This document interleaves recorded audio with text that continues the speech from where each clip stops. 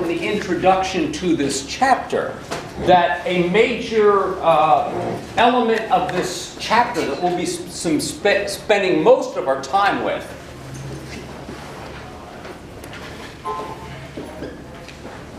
we will be spending most of our energies on Kant's ethical theory.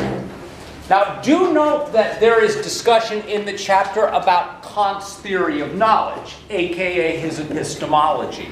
I will not be spending as much time with that, not because it's not important. As a matter of fact, it's considered one of the most important things in the history of modern philosophy. The two reasons I'm not going to be spending as much time with that is it's a survey course. The fact is, it is difficult to do Kant's epistemology justice in a 300-level philosophy course where you have plenty of time to talk about Kant's epistemology. But when you're trying to do Kant in 2 days, it would be very difficult for me to do any meaningful justice to it. I will make some comments about it in passing, but we will be spending most of our time on Kant's ethics. And another good reason why you should have surmised something like that is from the very beginning of the chapter, the author begins in that little introductory part that I realize some people skip that and go right to the chapter. But if you read these introductory portions, it's usually about a page, page and a half. They oftentimes set the stage for some of the more important themes. Now, that beginning section is supposed to make the distinction between the potential for someone's having morality versus, notice I'm not saying immoral. I'm making the distinction between morality versus non-morality. Now, suppose that my dog gets startled. My dog oftentimes sleeps right at my feet. And if I forget that my dog is down there, I might move my legs down, step on my dog, to which she responds, "Arr!" And she hasn't drawn blood, but she quite easily could. Now, a person who has anthropomorphized the dog might say, now that's one evil or immoral dog that you got. Well, that kind of misses the point. We know that animals do not have the capacity to act as moral beings. And as the author of our text explains, and also as Kant will explain, there is a fundamental difference between how we define us, that is persons, and how we define animals. My dog, as far as I know, is an instinctual creature. She behaves as Descartes would put it, even though we don't like to talk about our pets this way. She is a little bit more like a biological machine than I am. She's a creature of instinct, a creature of habit, and whenever she has a stimulus that she doesn't like, that doesn't feel good, she will respond in kind by growling or biting or something like this. We would not call my dog immoral. This is because she lacks the capacity for moral action. What does moral action require, according to this account? What feature is it about human beings that enables us to be judged on moral accounts? Whereas we would not judge my dog on moral accounts, nor antelopes, nor wolves, etc., etc., nor small infants. We also would not hold a small child before the age, I'm giving it away, before the age of reason morally accountable. And this is because we take for granted that it is the capacity for awareness and rational reflection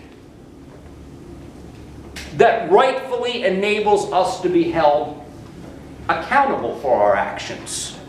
This is why we might call the dog that likes to bite evil Cujo dog, but we only mean that, in a manner of speaking. Because dogs do not have the ability to rationally deliberate in the way that I think that I do. Notice I said in the way that I think that I do. Because where we left off in the previous chapters, remember we had talked about these little problems that Immanuel Kant would have to deal with. Now, one of the problems that Immanuel Kant will have to deal with is one of them that Descartes left us with.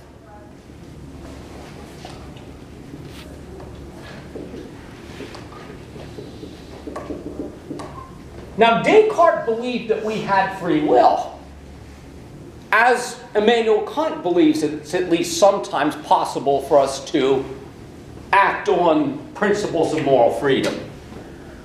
But they both understood that if the mechanistic view of the world is the only and right view of the world, that any meaningful conception of free will would be suspect. Now, here's how it works. If I am really just a biological machine, then the best way of understanding what I am is I am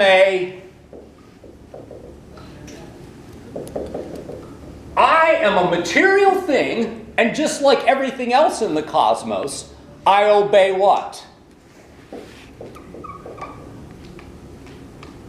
I obey the fixed laws of nature, just like everything else. As a matter of fact, if you accept a fully mechanistic worldview, ultimately all laws of nature must follow what basic science's laws. It's sometimes called the most basic of all the sciences. Starts with a P. Physics. Ultimately, everything in the cosmos obeys the laws of physics. They have no what in the matter? They have no choice or no say in the matter. Now, if you look on me at a slightly higher level than the physics level, if you look at me on a biological and a chemical level, also psychological level, the critics of free will in modern times would be those who hold viewpoints such as behaviorism. Now, the essay that I gave you folks that attempts to argue against free will, it is the position that I will abbreviate on the board in the future as HD, but it stands for this. Hard determinism is the position that argues that free will is and always was an illusion. The reason why human beings have believed that they have free will, even though they may not, is because A, many of our religions has been stamped into us, and we are told by our religions that we have free will. And thus, because we have free will, we believe that we are justly punished or rewarded by the Godhead. In other words, free will is oftentimes built into our system for understanding reality, whether it's actually true or not. Now, the hard determinists might also say there's another reason why we might think we have free will. And it's because we are aware that we do this. We do this thing that I was talking about a few minutes ago. We go through processes of deliberation. In other words, when we're confronted with something, even something as mundane as, do I want to eat the vanilla ice cream or do I want to eat the chocolate ice cream? We vacillate over the two, and then eventually we what? Yeah, we decide on one of them. Now, this is a fairly standard argument you might hear, Joe Sixpack on the street making for why we have free will. They go, well, hey, man, I'm confronted with choices every day. I think about them, and I make a decision. I have free will. Now, the hard determinists would say, now that presupposes that this thing that you call the I is, in fact, a free agent. What if this thing that you call the I is really just an amalgam of causal mechanisms? And that you think that you're free just because you don't see these causal mechanisms at work. And you think you have control over them when you really don't. And this thing that you call you sometimes think of this I as somehow separate and distinct from the machine. But what if this thing that you call you is really just this biological machine that you so vehemently want to deny that you are? Now, there's a reason why you might want to deny that you are just a biological machine. That word just, I put in there on purpose.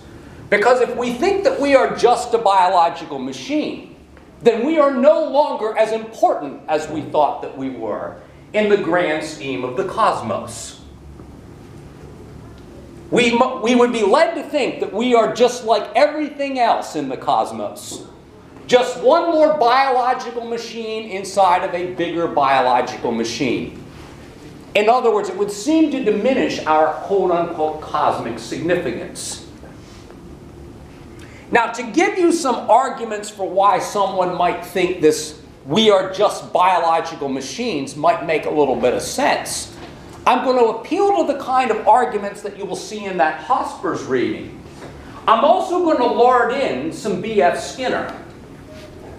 Some of you might be familiar with B.F. Skinner and those who came after him. I'm talking about behavioral psychology. Now, B.F. Skinner wrote a book. It's a classic. It's well worth reading. Even if there are problems with it, it's worth reading. I'm going to make reference to it here today. It's by B.F. Skinner. It's called Beyond Freedom and Dignity. It was on the New York Times bestseller list in the early 1970s for over 3 years, which is a rare feat for a nonfiction book made by a person who is still a psychologist working in the field. The only kind of books that are sometimes on nonfiction bestseller lists tend to be these hokey self-help books. You know what I'm talking about, right? They're pretty much just, ideas are just ripped off from ancient Greek wisdom anyway, and that's what enervates me so much. I mean, so many of the great ideas turn out to be plagiarized anyway, but anyway, I'll get off my angry soapbox and get back to this here.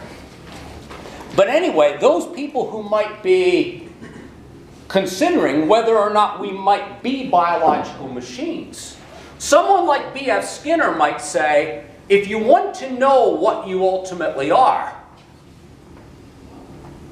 the person that you are is a function, first and foremost, of your genetics. Some of us are going to be innately quicker to anger because of our genetics. Just like some of us will be taller or shorter solely due to genetics.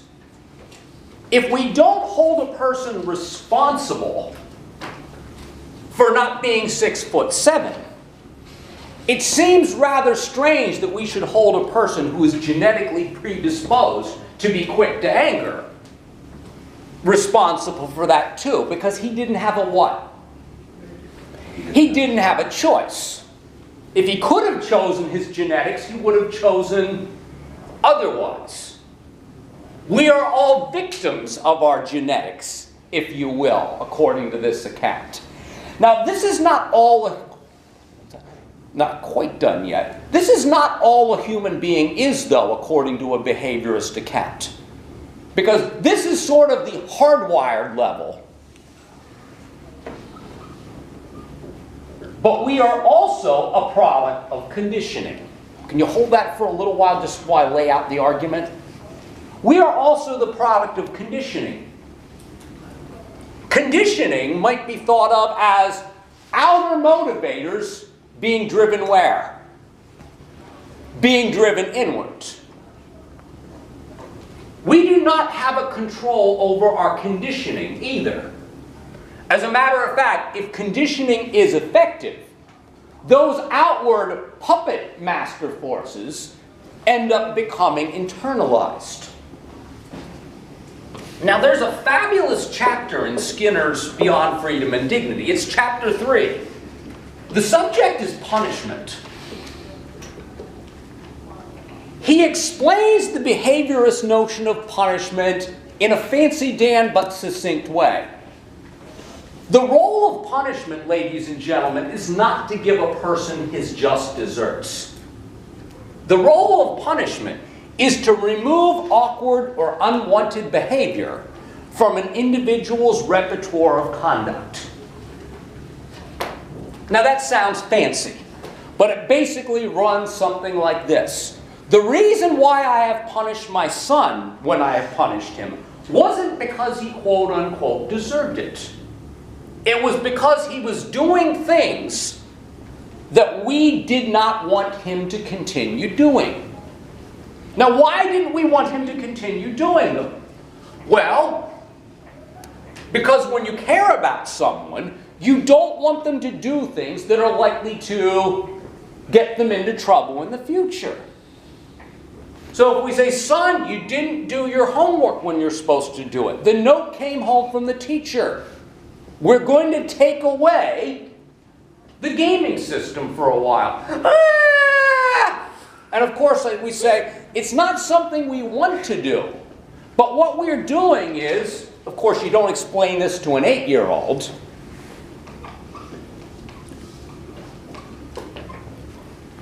We are using reinforcement devices to try to get him to step it up.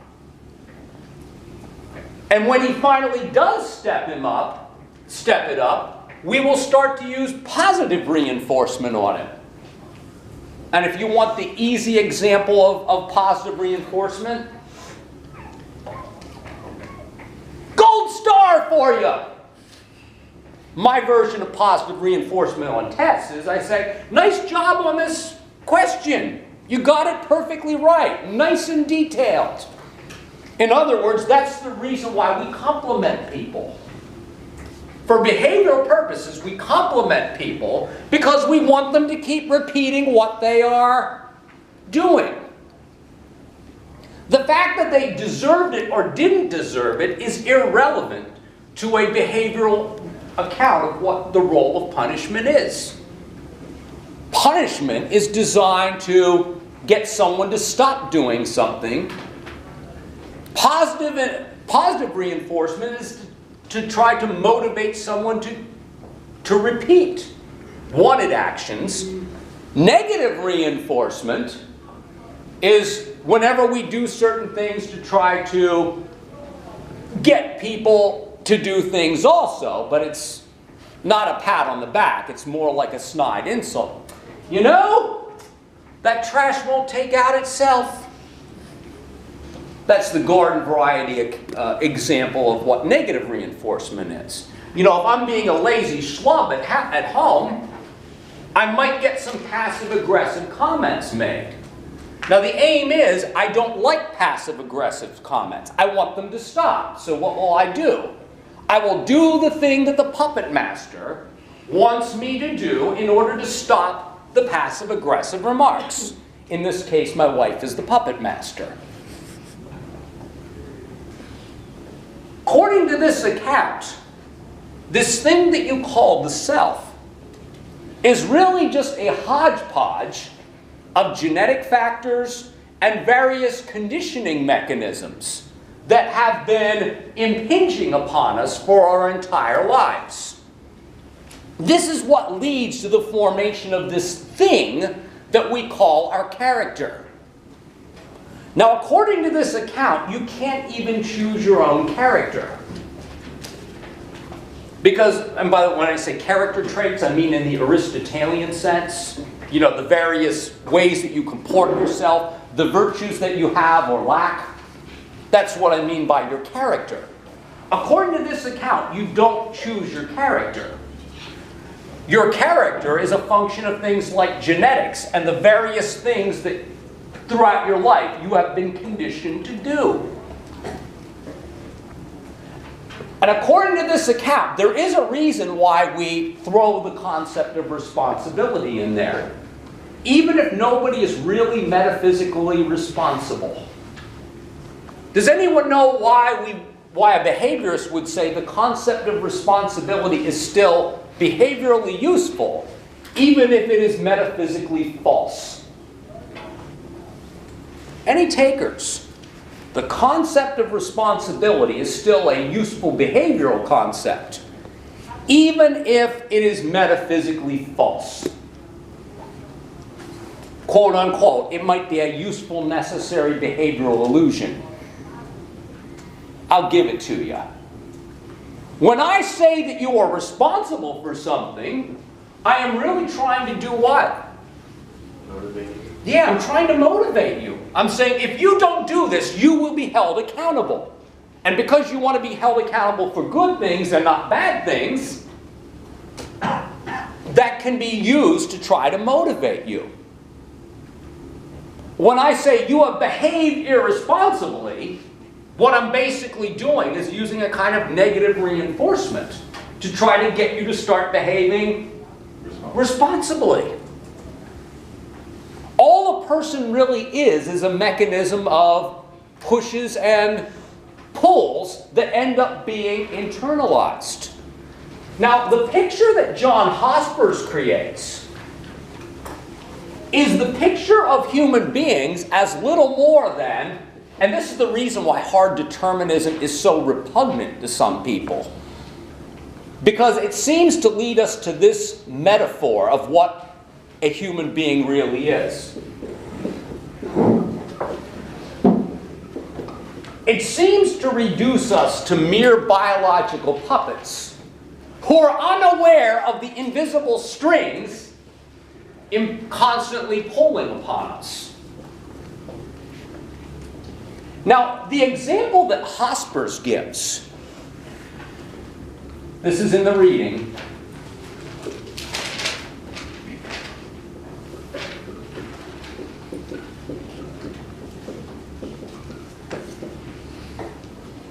he calls it a psychoanalytic defense of hard determinism. Now, I don't know that he's doing any hardcore psychoanalytic analysis here, but what he does appeal to are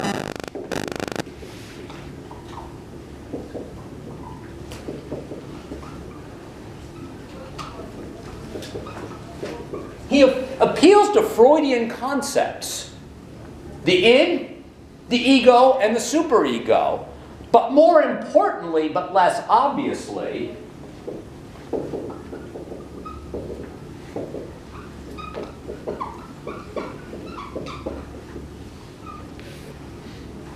and to quote some of my friends in the English department, well, one of my friends in the English department, Sigmund Freud made us aware of this very powerful concept called the unconscious. He also made us aware that deep down, we're pretty much all what? The same, whether we know it or not. Our unconscious urges may not be identical from person to person, but they turn out to be fairly what? Fairly similar.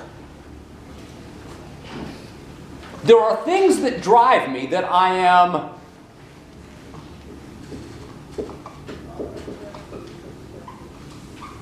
there are things that motivate me that the conscious mind is not aware of. Now, John Hospers in his essay goes for the easy and obvious examples first, to illustrate people who we would not hold accountable to the same extent as we might hold a quote-unquote normal person accountable. The example that Hospers gives is, one of the examples he gives is a classic case of OCD. That's, of course, an acronym for our good friend obsessive-compulsive disorder. The obsessive-compulsive has a different set of electrical wiring than quote-unquote normals have. This is why he has an unwanted and unconscious urge to touch doorknobs, or an unconscious, undeniable urge to keep making sure that he hasn't run somebody over on the highway. You've heard of these kinds of OCD symptoms?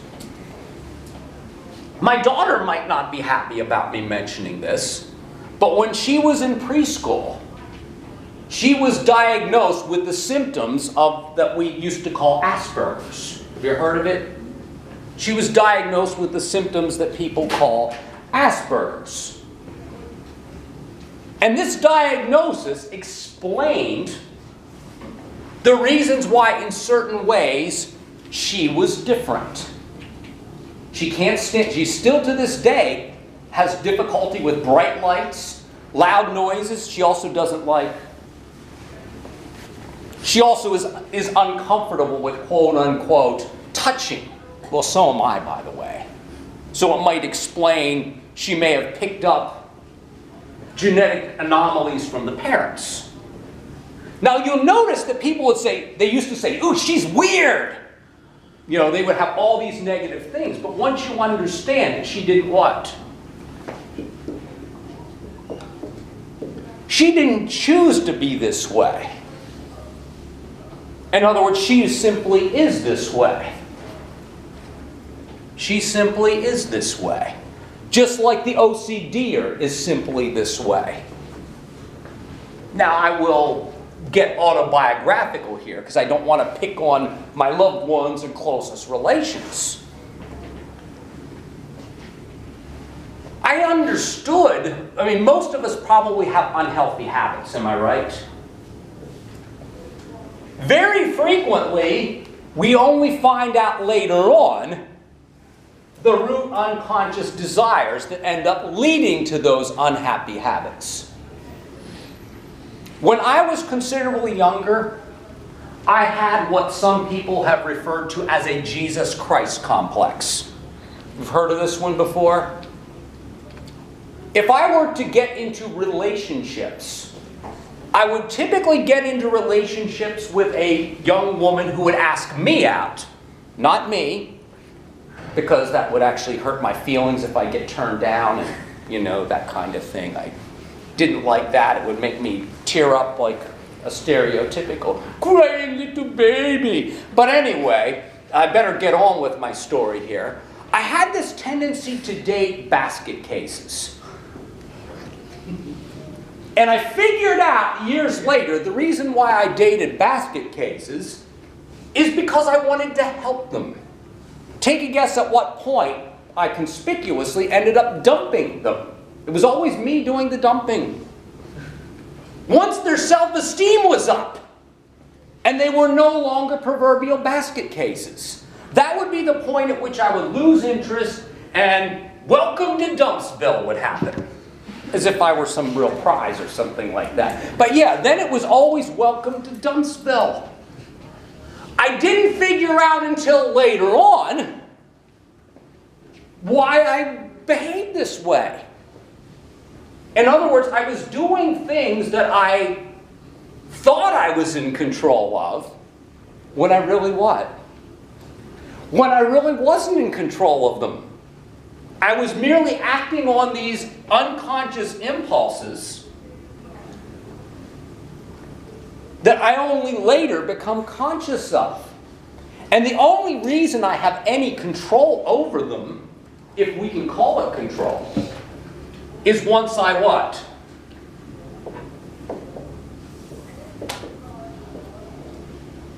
Is once you're aware of it. But the hard determinist would say that doesn't fix the free will problem. Because what's the only reason that you want to fix a problem?